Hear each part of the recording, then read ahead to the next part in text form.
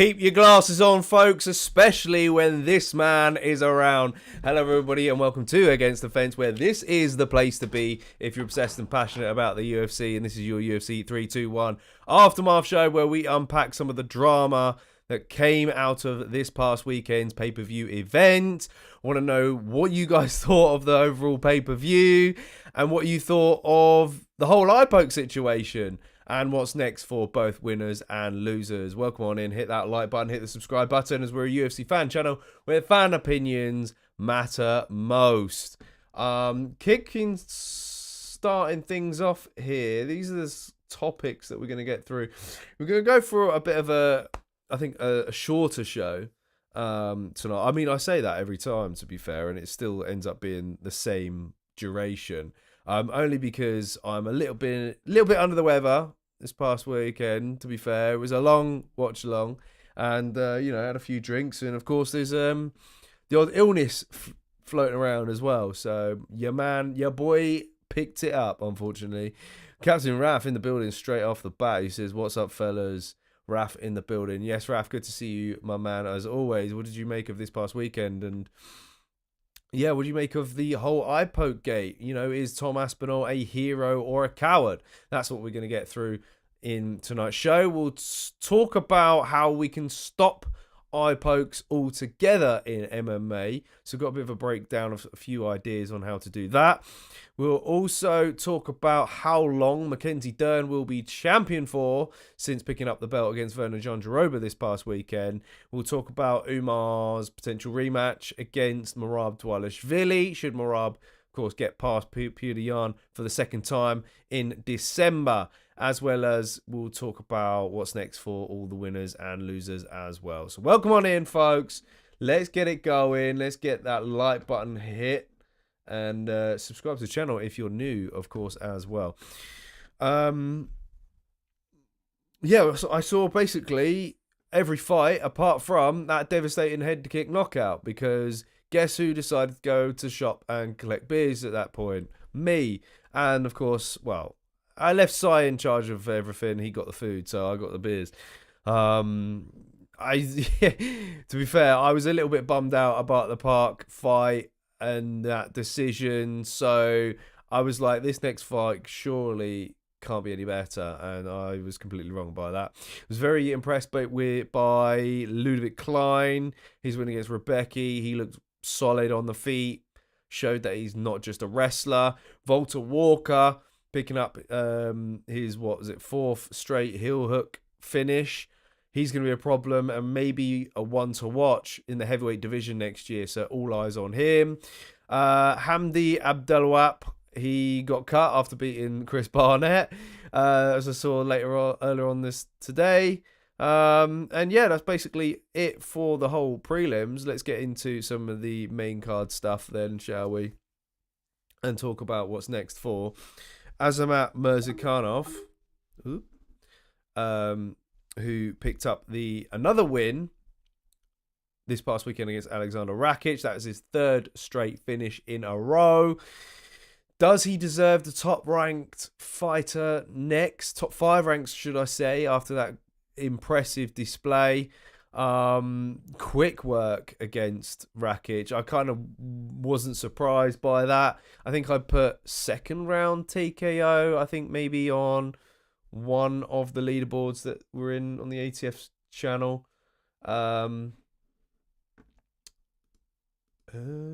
was this? Lower bitrate is lower than that's weird. Maybe I should monitor that. Yeah, it's all over the place actually. And I've got my Ethernet in. I don't know. I need to do a hard reset, I think. We'll stand by us, folks. We'll keep going. We'll get going. Yeah, so let's head into the rankings then to talk about what's next for Azamat Murzakanov. As we can see, he's risen up to number 7. He's gone up 3 spots, and Rakic has gone down 3 spots. What is next for both of these gentlemen? Well, for Azamat, I'm actually going to go for Khalil Roundtree Jr. for several reasons. One, I think that the UFC might book Ankalaev versus Prohaska next at the top of the division. And I think that Carlos Ulberg might get a crack at Alex Pereira.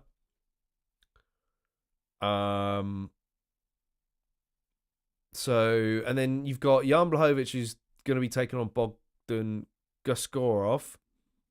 I think that fight is happening in December. Jamal Hill is out with a knee injury currently. So, Roundtree Jr. is Azamat's only real option here. I think it'll be a true test for Mirzakhanov. I think his style matches up quite well against Roundtree. Roundtree's quite explosive, whereas Mirzakhanov likes to make it dirty, likes to get in close, put pressure on guys, and we've seen Roundtree kind of struggle sometimes against these pressure fighters. Welcome on in, Joe Weller. Welcome in, brother. Who says Rakic should move to heavyweight? Interesting thought, actually. Yeah, because when you look at Rakic, there isn't really much else for him, right? He's kept declining for quite some time. That's how many losses? Was it 5 losses in a row? Yeah, 4 losses in a row, actually. He's not won since 2021 against Thiago Santos. All right, one of those losses against Jan Blachowicz was a knee injury, which he got benefit of the doubt of. But, yeah, keeps closing down. What's next for him? I mean, Johnny Walker wouldn't be a bad shout, really, would it? But it's not on my list. Thanks for the chat, Joe. Special like on the video. I've actually gone for 2 options. Maybe Modestas Bukauskas, friend of the channel, perhaps. I've thrown his name out there. However, this would be a less likely option because I think Modestas is quite itching to get back in there. And I don't think timing will work out. Rakic isn't the most active of fighters, especially when he's coming off of knockout losses. Okay, he got knocked out by Yuri in April last year and then returned in October. Yeah, I just think Modestas wants to get straight back in there, you know. He's said to us that he's been looking out for the Menafield versus Uzmir fight. If one of those guys pulls out of that bout in November 22nd, then he is willing to step in on short notice. So there's a nice bit of insight for you guys. But we'll see. We'll see. So Rakic, my most likely option would be Bogdan Guskorov. If he was to lose against Jan Blachowicz in December, I think that kind of makes sense. Both guys next to each other in the rankings. Rakic is a big light heavyweight, and yeah, there could be a potential spot for him to take advantage of in the heavyweight division, as heavyweight is quite a bit, dull at the moment, isn't it? Let's be real. But if you're someone like Rakic who's been getting knocked out by heavy hitters, do you really want to go to the heavyweight division? So, yeah, there's a lot for Rakic to go and consider after this loss. We'll see what he decides to do next, but they are 2 light heavyweight options. Well, I've given you 3 light heavyweight options that I wouldn't mind seeing him in. I mean, the Johnny Walker fight probably makes the most sense because Johnny Walker probably had the same path as Rakic in a way, really, hasn't he? You know, he's been up there, he's fallen and got knocked out several times, but he's still in the division, still in the UFC, kicking about, and the UFC give him good fights. So let's see where we go. Welcome on in, Big Balls MMA, my bro, who says Rakic versus Modestas. See, he knows it as well. He's got that pick in there like I have. Like, with good minds think alike, brother. Welcome on in. Hit that like button, my man. And good to see you in the house. So, yeah, that's who I've got for Rakic. And for Mirzakhanov, I think Khalil Roundtree Jr. is the only real test. Let's head on then to talk about the second fight on the main card. A very controversial one. Glad to be here, Big Balls. Good man. Good to have you. Volkov versus Jailton Almeida. Now, this fight, did anyone score the fight for Volkov? I was quite shocked by this decision. It did almost feel like the UFC or the judges did him a solid for losing out against the Cyril Gane fight. There was a lot of that online floating around. But then part of me reflecting on it, thinks, is it possible that Almeida just didn't do enough offensively on the ground, or damage when on the ground? And did it just come down to just staying in one position the whole time and Volkov getting back to his feet, or the referee making them go back to their feet? And did it come down to small little strikes from Volkov which won him rounds? I mean, let's go into this scene here, shall we? We won't talk about that just yet. Let's bring up the scorecard then. All judges gave the first round to Volkov. I think he did tag Almeida. Did he tag? Yeah, he landed a really good shot on him, I think, in that first round. But then all judges gave the second round to Almeida. That's fair. And then it all came down to that last round, really. Did Almeida do enough to seal the victory? Two judges, Tony Weeks and Clemens Werner, both scored Volkov that final round. So a very close fight again for Volkov. It goes in his favour this time around.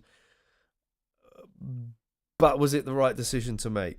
Was it the right decision to make? Let's head back into this one. Oops, let's bring this back up here. Big Balls MMA says, I thought Volkov would lose because of how many times he was on his back. Agreed. Yeah. It just seems to be a bit of a common theme now. If you take a guy down, you need to advance position or get off some solid ground and pound, or even threaten a submission.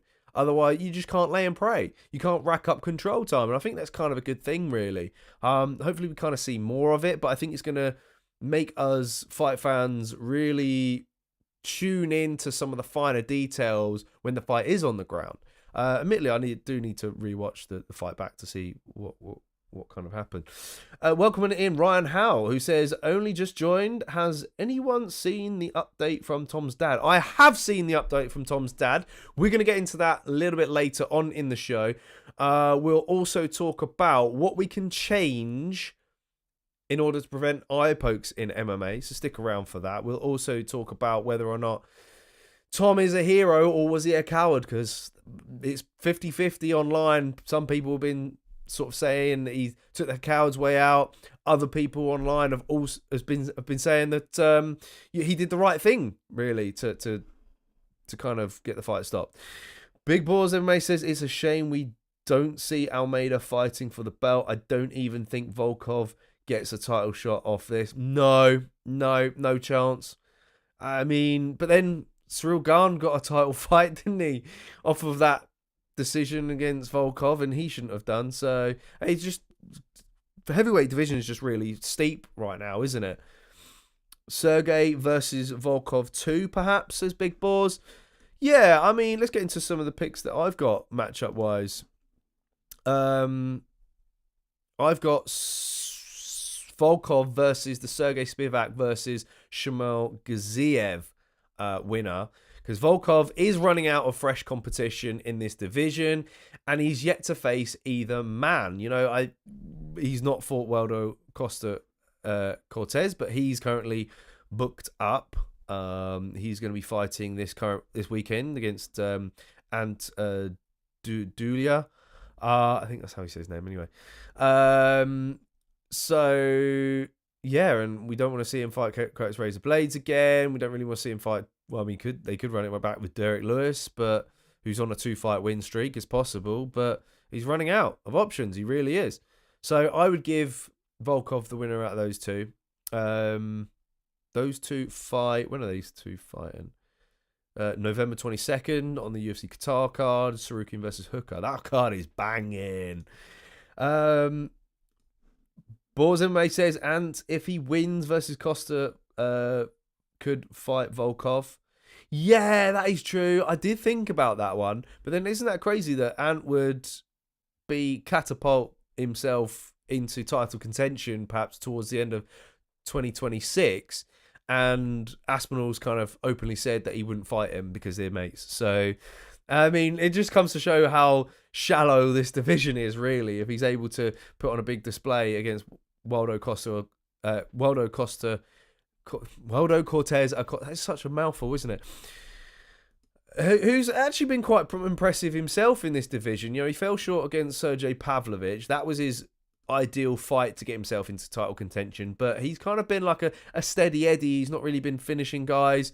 He finished Ryan Spann, I guess, in the second round, but he finished Lucas Bresky 2023, but there's only 2 finishes in the UFC since joining. So I don't know.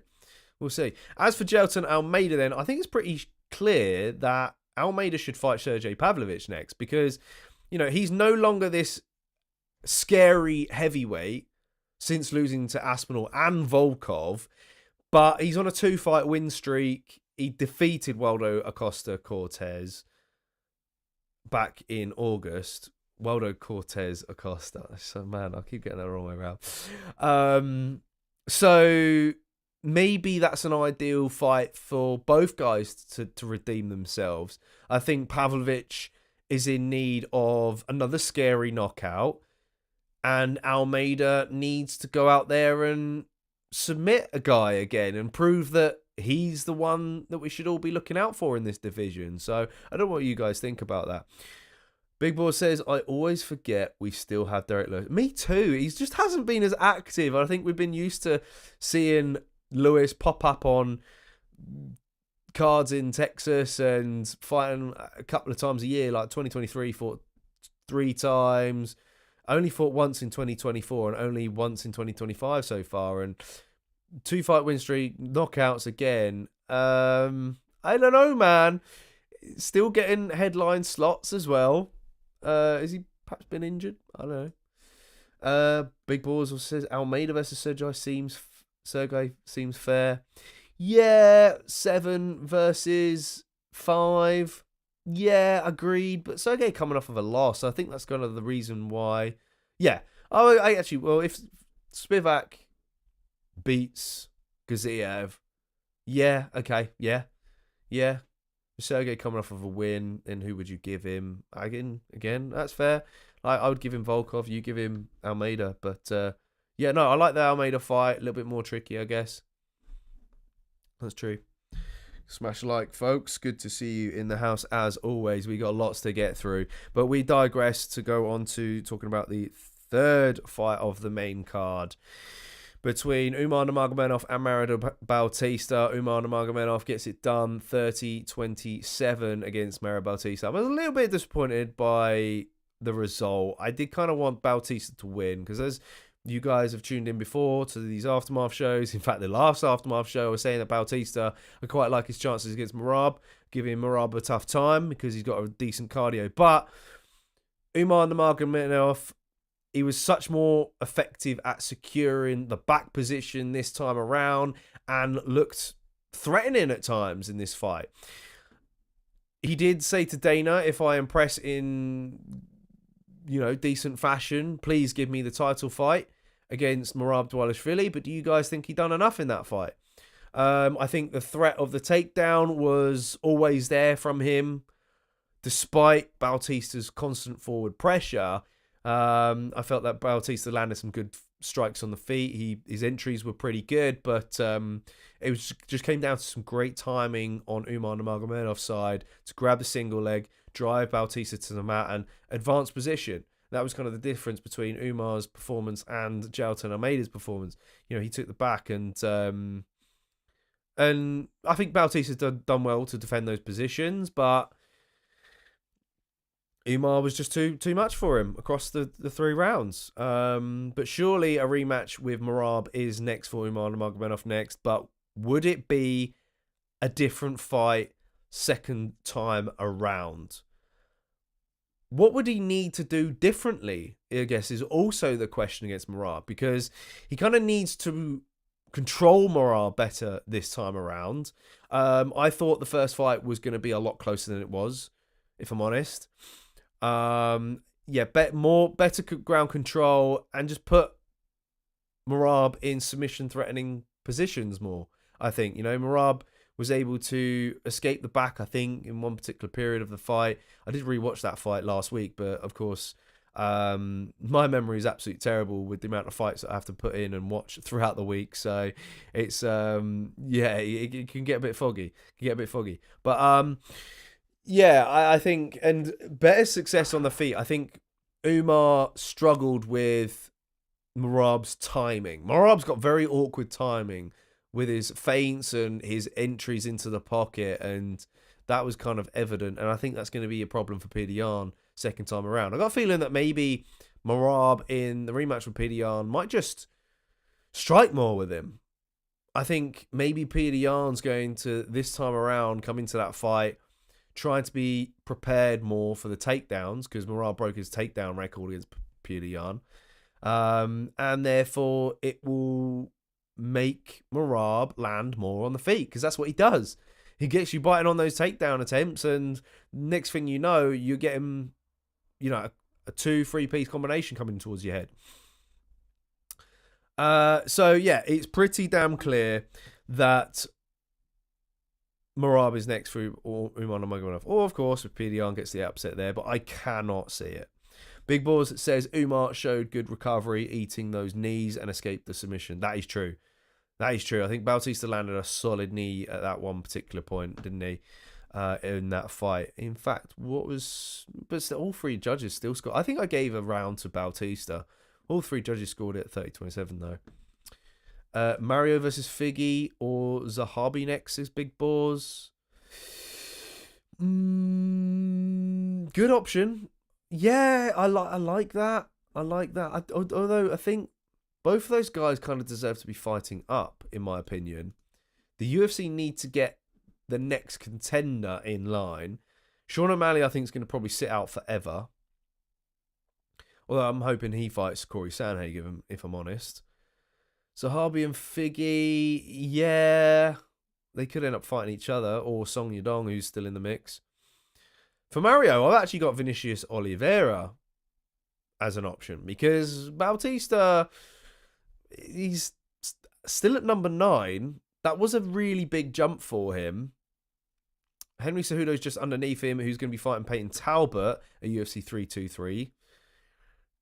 You got David Martinez below Cejudo, who's on a 9-fight win streak, but I'm predicting him to get a higher ranked opponent next. Maybe a Marlon Vera, I can see, which is the reason why I've gone for Vinicius Oliveira, who's on a 6-fight win streak, below him in at number 13. And yeah, I give him against Bautista. I think it's a perfect test for him to get himself into the topic of conversation in this division, because he's quite explosive. He's a good fighter to watch. Knockout of the year candidate not too long ago against, who was it, that Bernardo Sapage last year. He's had a good 2025, beating Sid Nurmagomedov and Kyler Phillips, both decisions.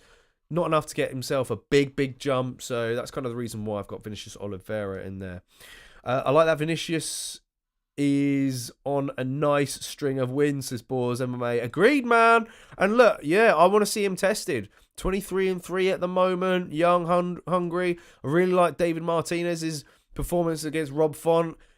Usually up-and-coming young guys don't get past Rob Font. If you get past Rob Font, he's basically a gatekeeper for the top 10. Let's be real. If you get past Rob Font, you are off to the races. You deserved a solid fight next. So yeah, David Martinez versus Marlon Vera is the one for me, because Marlon Vera he's on tough times. Only one win in his last 5 bouts. He's lost against Eamon Zahabi, split decision, but not a great one to lose. Dave Figueiredo, Sean O'Malley, and he beat Pedro Munoz. So yeah, I think maybe Marlon Vera is falling on the lower end of his career now, and let's give David Martinez a shot. But yeah, that's all I've got for that. Smash a like on the video if you're just joining in. Let's maybe sharpen that up a little bit, shall we? Yeah. Let's bring on this Bosch. All right. Okay, folks, let's go into talking about then the co-main event which saw Mackenzie Dern picking up the strawweight strap against Virna Jandiroba. She landed the most strikes and made it a brawl whenever she could in this fight. My takeaway from this is that she will continue to struggle against polished strikers. You know, she did get battered and bruised quite a bit against Jandiroba, who's more known for her grappling. And Dern, when you look at her resume, she's been stopped by girls who you'd really expect the up-and-comers to get through, you know, on their way to the belt. Her last loss was against Amanda Lemos. Lemos pieced her up on the feet. That was just last year. But look, a deserved title shot, yes, because of just Zhang Weili moving up in weight. She was the next girl in line. And beating Jandiroba, I think it was good. It was a good performance. You know, whenever she got taken down, she stayed busy. She was active off of her back. She showed great cardio as well throughout the 5 rounds. Managed it well. And stayed away from any submission threat. Really, I don't think had many submission threats of her own, but she landed the better strikes on the feet, and I think that won her majority of the fight. If we take a look then at the scorecards, which I thought was quite a bit of a weird one, really. Most judges scored the first round to Jandiroba. I thought that was quite fair. From then on, I think I had the same as Sal D'Amato, scoring 2, 3, 4, and 5 to Dern. Whereas Jandiroba on one scorecard got round 2 and 3, but not round 1. And then on the other scorecard, she got round 3. I mean, margins, I think, maybe to play that off of, if I'm honest. But I guess the question for Mackenzie Dern now is, will her title reign last long? Because we've seen her struggle against these polished strikers. How many title defenses do you think she gets? Or do you think she's going to lose it in her first title defense? And who could it be against as well? I think there's only really one option for it. And for me, it's got to be Tatiana Suarez. Really. You know, she's what? Where is she now in this division? She's still 2, sorry. She's coming off a win as well against Amanda Lemos. It's the best matchup in the division at this current moment in time. Tatiana has 7 career finishes, 2 by knockout and 5 by submission. Dern has 8 finishes, all of them by submission. So you can't tell me that you don't want to see that fight next. Boaz says, I heard Charles Jourdain calling out Marcus McGee during the interview with Errol today. Fair shout for Charles Jourdain, yeah. Deserved as well. Marcus McGee got his shot against Peter Yan, failed, so yeah. Do you think this fight was a robbery? No, I don't. As I said, I scored most of the rounds for Dern.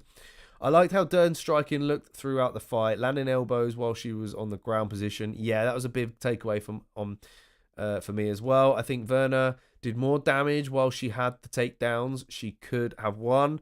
Yeah, Dern was definitely showing a lot more damage, wasn't she? Yeah, I just maybe that sort of kind of element was let slip a little bit by just the sheer activity from Dern.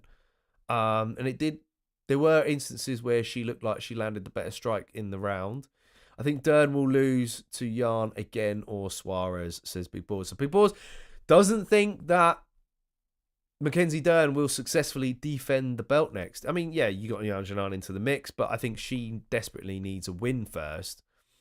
Yeah, who would you give Yan Janan next? Because could she fight Lemos next? Both come off of a loss, mind you. I think it's probably the only real option to make. Because she got subbed by Suarez, didn't she? Oh, no, she's not for Suarez. Why do I think they got paired up before? Interesting. I mean, I guess it depends on Mackenzie of how healthy she is. If she's going to be out for a little bit, then maybe perhaps they'll do Suarez versus Yan Janan as a headliner, and that's your title eliminator. Now, of course, let's not forgetting that if Zhang Weili moves up and doesn't beat Valentina Shevchenko, then where does she go? Does she stay in that division or does she move back down? And if she moves back down, is she then the next person in line for the title shot? So time will tell on that scenario. My option for Werner Jandiroba, however, would be the winner of Ismin Lucindo and Gillian Robertson. A battle of another two great grapplers in the division. Gillian Robertson's on an absolute tear at the moment and seems to be improving fight by fight, even though she's, in her late 30s? Oh no, she's only just 30. I thought she was older than that. Wow. Okay. Sorry, Gillian. That fight is happening in December, so I think the winner of that will, I mean, if winner of that's going into 7th spot. Jandiroba's in at 3rd there. But then does Jandiroba heal up and fight a Lupi Godinez, perhaps? I actually know she already beat Godinez, that's why. So that's out of the question. Yeah, unless depends on Yan Janan's time frame. Oh no, Yan Janan's already lost to Jandiroba. Yeah. This is all over the place. Fatima Klein versus Angela Hill happening soon. That is right. Is there a bit of hype over this Fatima Klein? I've not really seen her in action. And Angela Hill seems to just get paired up against any young contender coming through. She's 18-5. She's been in the division for time though, right? Yeah. Let us know what you think of her. Not really seen her, as I said. Not really seen her. All right, keep on plugging in, guys. Good to see you in the house. Good to see you as always. So yeah, they're my two options then for Mackenzie Dern. Actually, no, one real quick question then, which came up online. If Joanna Jędrzejczyk came out of retirement and fought Mackenzie Dern, who would win? And I thought that was very interesting when I read that. Because, yeah, I think we all kind of miss the boogie woman a little bit. But my answer is going to be no. Because I think she's just enjoying life right now. And I don't see that there would be much drive from her to compete, really. I think she would do well. Like, don't get me wrong. I think what the people are getting mixed up here is maybe prime Joanna Jędrzejczyk versus Mackenzie Dern. Because prime Joanna Jędrzejczyk, I think, could beat Mackenzie Dern. I do. I think she pieces her up on the feet. But Joanna Jędrzejczyk at the moment, I don't know. I'm not too sure. Mackenzie's striking keeps improving. We keep seeing it and seeing it. And her wrestling does need to improve as well. That's one thing we didn't see in this co-main event much, is actually Mackenzie's wrestling. Because we need to see that get better. Boars MMA says, I got Joanna all day. Interesting. He goes completely different. Dern lost to an out prime Jessica Andrade. I can't forget that. Yeah, that's kind of what I'm clinging on to as well. Because Andrade was on like a terrible losing streak leading up to that fight, wasn't she? Yeah, well, she lost 3 in a row. She got submitted by Blanchfield, KO'd by Yan Janan, and then submitted by Tatiana Suarez. So Dern was like probably favourite at going into that fight, and then she just mollywopped Dern. Like the counter strikes were just. But oh well, yeah. Hopefully, we continue to see more improvements from Dern. Dern's actually, I think, older than Gillian Robertson, which is quite interesting as well. She don't look it. Sorry. I should stop being harsh to Gillian Robertson. I quite like Gillian Robertson. I think she's good. Yeah, okay. Let's move on then. Let's move on, shall we, to talk about the main events, which was a bit lackluster and a bit unfortunate, really, wasn't it? If I'm honest. Like, I mean, buying the pay-per-view, UK fight fans don't really get many pay-per-views, right? We get like 2, maybe 3 a year. This was one of them, and yeah, it's one that you didn't really want to pay for ever again, right? Really. Props goes to Cyril Gahn. He did look like he was getting the better of Aspinall on the feet. Aspinall had one takedown attempt, which was shrugged off by Gahn, but it did look like there was an eye poke during that exchange, which we have prevented Aspinall from getting the takedown. I guess what I want to ask you guys is, was the eye poke intentional? Some people were saying it's not. It was accidental, but look, it's possible. And if I'm honest, I think that maybe we are seeing more intentional fouls. And do we think that there's more foul play in MMA these days? And should it be investigated? Because fighters would do anything to get the edge over their opponent, right? If you have the slightest advantage, or you could do something to get away with, that could compromise a fighter, if it meant a matter of couple of 100K, would you do it? I don't know. I guess the ultimate question also is, did Tom Aspinall take the coward's way out? My opinion is no. If you say yes, then you've never, 1, been eye poked ever in your life. 2, had 100+ K on the line in a championship bout ever in your life. Fans reacted harshly because Tom kept saying he couldn't see, and I think kind of that fed into this kind of negative narrative that's gone on. So how can you expect him to carry on if he couldn't see? The way that Tom was reacting was out of panic. Like, if you can't see, why do you want to continue fighting a absolute killer of a kickboxer in Cyril Gahn? Why would you risk everything to get finished? It makes zero sense, because Gahn poked Tom in both eyes in that exchange. It was, however, Tom's right eye, I think, that got the worst. And yes, there was an update from Tom's dad. I've not seen the clip, I've not seen the video, but I've read the online posts to say that he is still struggling to see, and there is a bit of a blur there. And further examination from a specialist is going to be needed. So, haters go, hey, shut your face. And my message for other content creators like Kenny Oki, whatever his name is, and MMA Joey, come here and let me poke you in the eye. Come here and let me poke you in the eye, bro, because let's just see what happens. Because, you know what I mean? I don't care. Fuck you stupid parlays. Like, let me box your face off whilst you can't see and see what happens.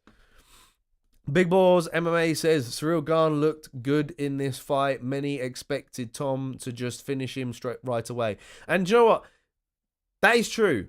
And I was telling y'all ahead of this fight, Tom's going to test his striking against Gahn. He will. He's not going to go in there and just immediately just spam takedowns. He's not going to do that. Second time around in the rematch, however, I think he might just think, do you know what?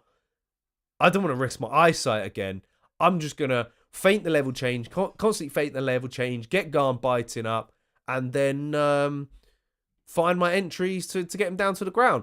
If John Jones can tie up and get Gahn down to the ground, so can Tom Aspinall. I truly believe that. All right, John Jones has probably got better wrestling than Aspinall, but, you know, I still believe that Tom is explosive and powerful enough in this division to take him down. Imagine paying for a ticket to see it, says Zamrock. Yeah, welcome in, Zamrock. Yeah, that would suck. That would suck. Do you know what, though? Fun story. Breezy and Big Boy MMA, who are part of the channel, they were out in Dubai. They paid, I think, last minute tickets, about $70, I think they said. And then whilst they were in the arena, they looked at tickets again, and there were closer tickets selling for $20, as cheap as that. They cashed in, got further, closer to the cage for a total of $90. So that's a bargain, because those seats were probably worth about $300. So, but I can see where you're coming from. Yeah, even if you paid for the ticket, you paid for the atmosphere. The fights overall, not all of them were the best. There were some absolute juggernauts. I think the Ludovic Klein and Rebecca fight was probably the best one, if I'm honest. Big Balls says, in my opinion, Tom should have waited the full 5 minutes instead of saying he couldn't see as soon as the ref came in. Do you know what? That's a good point that you say that, because during the watch long, I was saying when Herzog stopped the fight, I immediately said, there's 1 minute left on the clock. Surely, I thought the 5 minutes was there for a reason.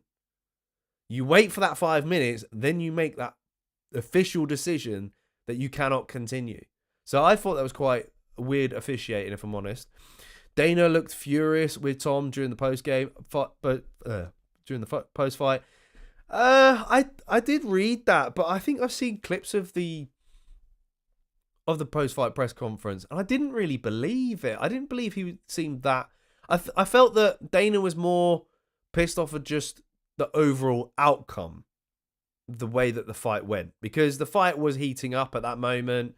It was getting better, and it did look quite interesting because Garn was getting a better of Tom in the exchanges. But I don't know, man. I don't think he was furious at Tom. George Merry says, hello, fellow MMA lovers. Mystic Merry here. Thought I was in for an early night. Was I F? Emergency call out. Oh no. What? For what? Are you going to work now? After his comments at the moment, I say F Dana. He wasted part of Tom's career riding Jones's Corey, then says this. Yeah, no, that's a fair point. Yeah, that is a fair point. I like where you're going with that. But yeah, I guess the other thing that I want to ask you guys is, has there been more intentional foul play in MMA than we think? Should this be investigated as well? Because fighters would do, like I said, do anything to get an edge over their opponent. Jones built a whole career out of sticking his fingers and poking fighters in the eyes. Daniel Cormier did the same against Stipe Miocic and cost Miocic a fight. If we go into here, I won't play the clip because we'll get banned. Here's a prime example of John Jones poking Teixeira in the eye. Now, he says in this clip, I won't play it, of course, that he likes to post and use like the big brother type maneuver to keep his opponents at bay. But I don't know, because there's a lot of instances in his fights where like he clearly looks like that, like his hand there is level with Rashad Evans's face. So he's looking for that eye poke, in my opinion. So yeah, I don't buy it. I think that's a cover up. Him saying that he wants to put his hand on opponent's head, I think is a cover up. So yeah, I guess the next sort of question we want to ask ourselves is, how can we stop eye pokes in MMA? How can we do it? The UFC needs to change the gloves, says Boars MMA. They could also just deduct a point right away. That's a good point. George Murray says Trevor Whitman gloves need to be bought, and Trevor needs to stop being stubborn and make a deal with Dana. That's a good point that you say that, because that's exactly what we're going to be talking about. if I just drop that. Yeah, could we change the gloves? Well, actually, let's start off by talking about, should there be harsher penalties, i.e. immediate point deductions from fighters to prevent this, like George Merry is saying. Now, however, I do think that it, in a way, does put Thai kickboxers in a bit of a disadvantage because they're used to posting with their hands before throwing knees to the body. Mighty Mouse makes the argument that some fighters like to parry with their open palms, and he said that on his channel.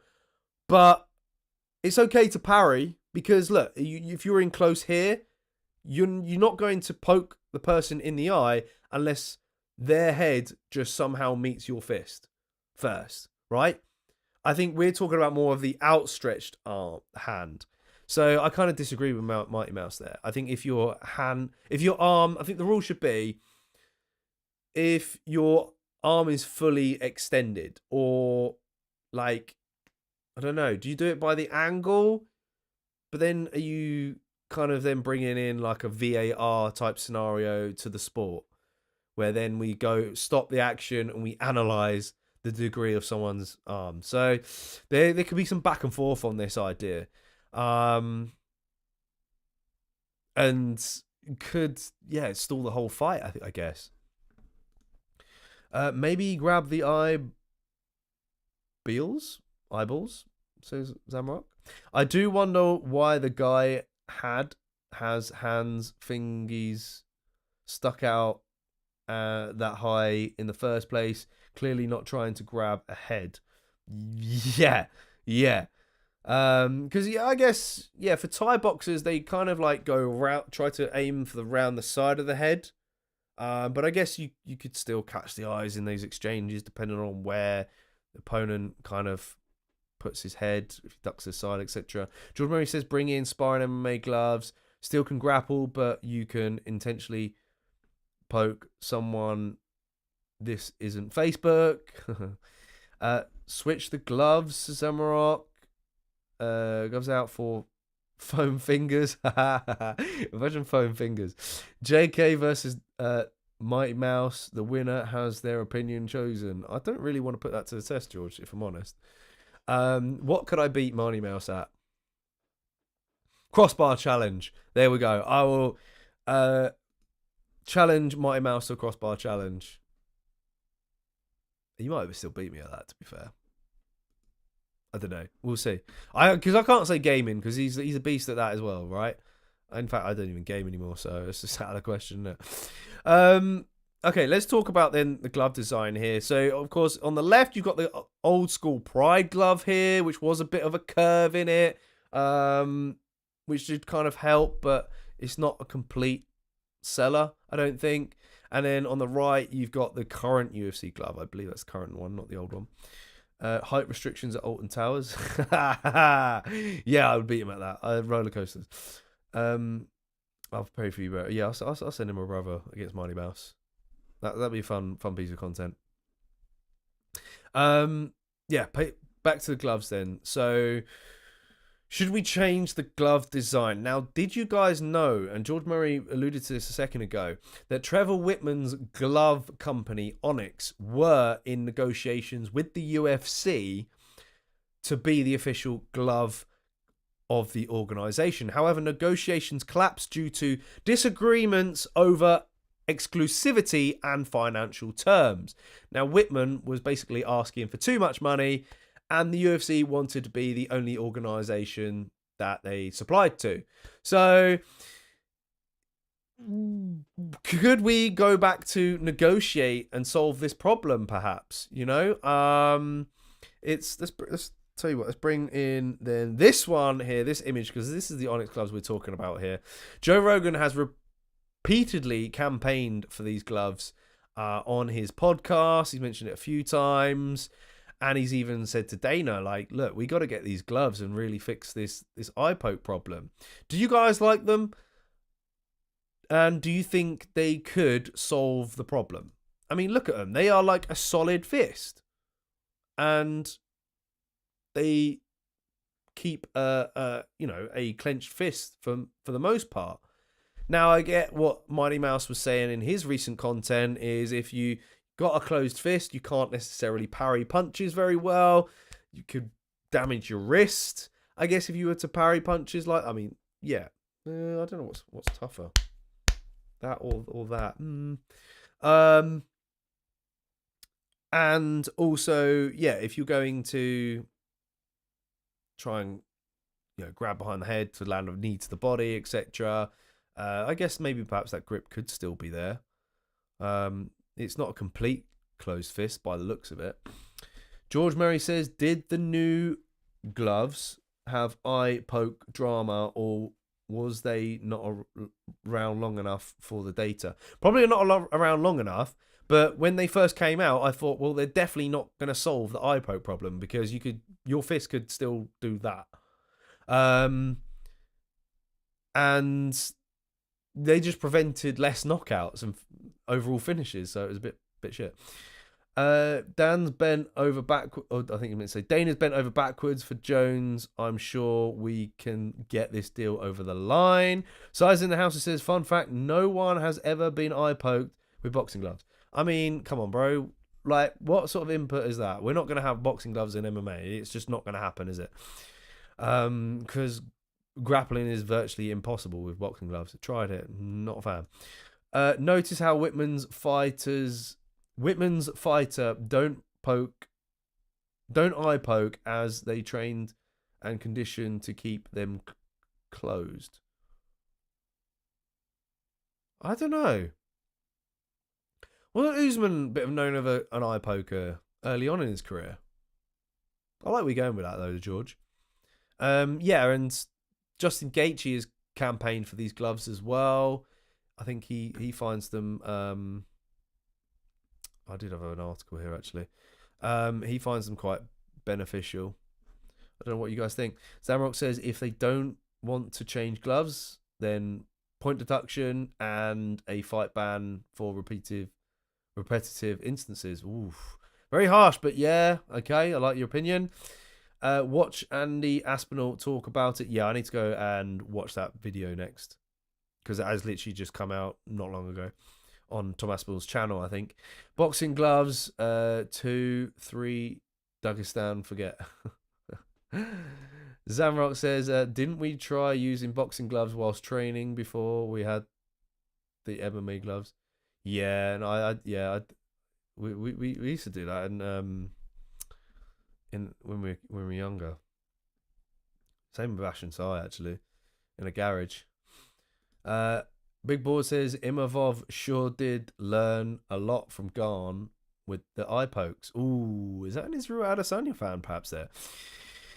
Yeah, Imavov does the same thing. It's that style of kickboxing, I think, with the open hands. Like, Garn's going to be more cautious in the rematch, and I think Tom Aspinall will get the takedown sooner, I think, in the rematch and beat Garn. I think it happens. Do you think Tom would have continued if they took a point? No, I mean, judging from his reaction of how he was reacted, it was out of panic. I don't think he would have continued anyway. Because, yeah, it's great you giving him a point deduction, but if I can't see, I'm still going to get knocked out in that round. So, yeah. It's going to happen more and more often if there isn't stricter punishment for it. Yeah, no, I agree with that statement, Zamarok. That is very, very true. I mean, but then I guess it comes down to how many times can a fighter do it without getting a point deducted or without the fight being thrown to a no contest. So, and this is where I guess Daniel Cormier and John Jones's past should really be looked at. Has there been intentional fouls? People talk about, like, especially in the Wild West days where people were taking sketchy supplements just to get an edge over their opponent. Vitor Belfort comes to mind. If Eyepokes is one of them, People gonna do it. They gonna do it. Do the Nate Diaz Stockton slap if you're gonna have your palm open. Yeah. Is that the only... you can still scrape it, I guess. But that's fine margins, isn't it? Problem is, Tom, not Garn, wanted that outcome. Yeah, it's crazy that, like, Tom's been made the bad guy out of this situation when Garn is the one who committed the foul. No one's talking about it. I'd argue Garn wanted the fight to continue more. I mean, well, yeah, he was getting the better of Tom, but I don't know. There was an eye poke in the exchange when Tom tried to take him down. I think there is. I don't know if there's a clip of it somewhere, but I think that might have been part of it. Of course he did. He could one Tom, and Tom couldn't see. Says George Merry. Yep. Is there? I'm just gonna have a look on the social waves as we're pulling up to the last stretch of this show. Let's see if it loads. Oh, it's not loading for me. Nothing news coming out. Also, what happened to Moicano's hairline?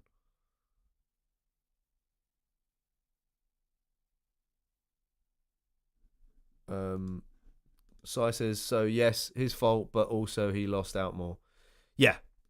No, I agree with that as well. Yeah, just like don't have your palm outstretched. Do you know what I mean?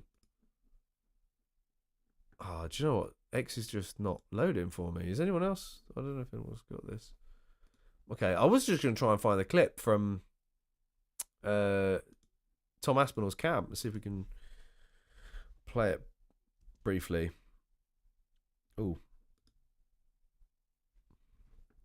Oh yeah, okay. Yeah, I like the fact that Matt Brown and Jim Miller were sticking up for Aspinall. Oh, here we go. I don't think it's on. With a friend of ours. We got an appointment yesterday morning with a friend of ours who is one of the doctors from the UFC, and he got us a private appointment at Cheadle Hospital to see an eye specialist yesterday. He kind of basically did the same as the guy that we saw over there. Said, it's bad, it's not good, but his eye is a little bit more closed than it was. His right eye still can't see anything. Said it's just grey. And they tested him on words and he just couldn't see anything. His left eye, 50%, he went down about 4 letters and then couldn't see the letters. So one's really, really blurry and one's still not working. Sometimes when your eyes heal like that, it can become displaced and stay there. And they did a few tests on that and they said it doesn't seem like that. And his vision on the eye that's the best eye, his eye wasn't following properly, so the muscles weren't working strong enough to go this way. This one just wasn't working that good at all. So we've got to have additional tests further this week, and Moyes is sorting the tests out for us, and he's got to have a CT scan. See, this is no joke, guys. Like, how can you go against Tom Aspinall in this situation? I don't know. Because let's face it, would you rather receive a shot from Francis Ngannou, like to the head, a leg kick from Jose Aldo, or an eye poke? I would put Eyepoke as the worst out of all of those options. At least if I get hit by Francis Ngannou, I'm going to be out for a bit, and I might wake up with a sore head. Jose Aldo, it'll kick my leg once. It will hurt. I'll probably get over it. But like with eyes, I'd rather have my eyes than anything. Like, do you know what I mean? Moicano hairline, yeah, McDonald wanted it back. George Murray says there was 6-time Garn went for his face. Watch Andy JK, he breaks down many times. Garn nearly done it. Yeah, being warned twice. Wow. Andy J. I've not. Andy, which. Oh, okay. Yeah, I'll have to watch the full video. Yeah. He's interesting. Someone doing a promo on our thing. Okay. But yeah, that's all I've got, guys. Nah, JK, you'd be dead. Yeah. To be fair, I would be dead if I received that shot from Froxing Ngannou. You're right, but I'd rather probably die than lose my eyes. I don't know. No, I'm joking. I don't know. Yeah, it's one to think about.